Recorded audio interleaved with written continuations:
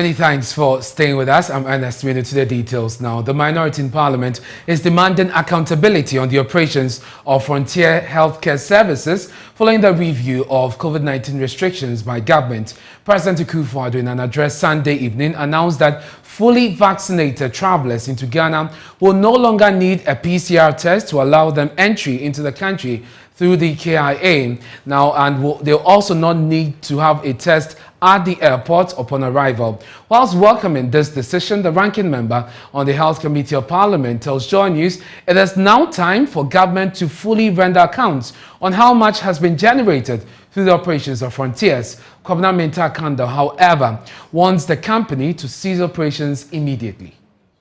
Yes, I understand the president to be saying that the testing at the Kotoka International Airport, the antigen test, has been scrapped or, suspended.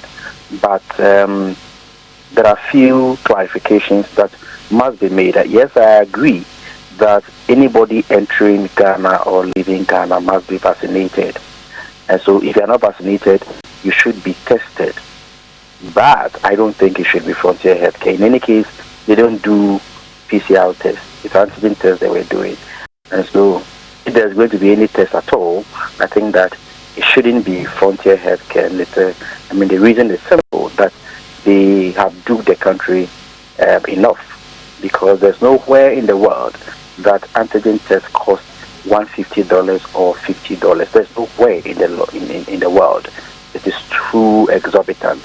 And so that is one. The second point has to do with the accountability.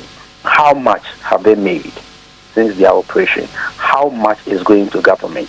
We need to know. We need to know. To scrutiny. Very well. But when you say that the testing at the airport shouldn't be done by Frontiers, you're essentially saying that we should send them packing, because that is why they set up.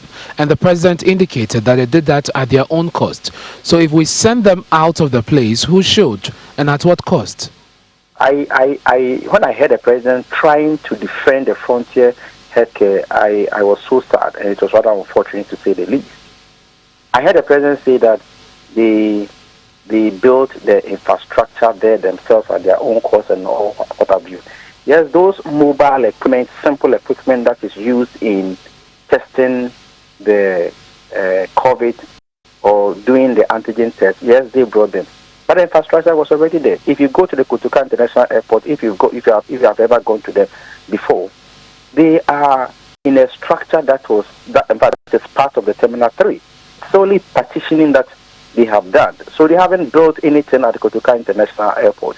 And if you care to know, they've made millions of dollars. And that is where we need to know how much is coming to the state and how much they've made. We can easily know, because I've told you, reagents or the materials in using the materials we use in testing COVID-19, the antigen test, doesn't cost more than $2 in any part of the world. So if you charge $50 or $150, we need to know how much is coming to the state. And so I think that Frontier Healthcare Services has no business in the Kotoka International Airport right after the announcement of the president. And the question as to who should?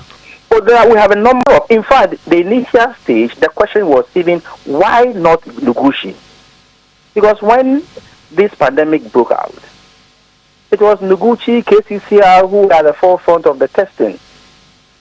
So, going behind Noguchi to give it to Frontier Healthcare Services was another whole drama. Okay, so there are a number of even public labs that can do these tests.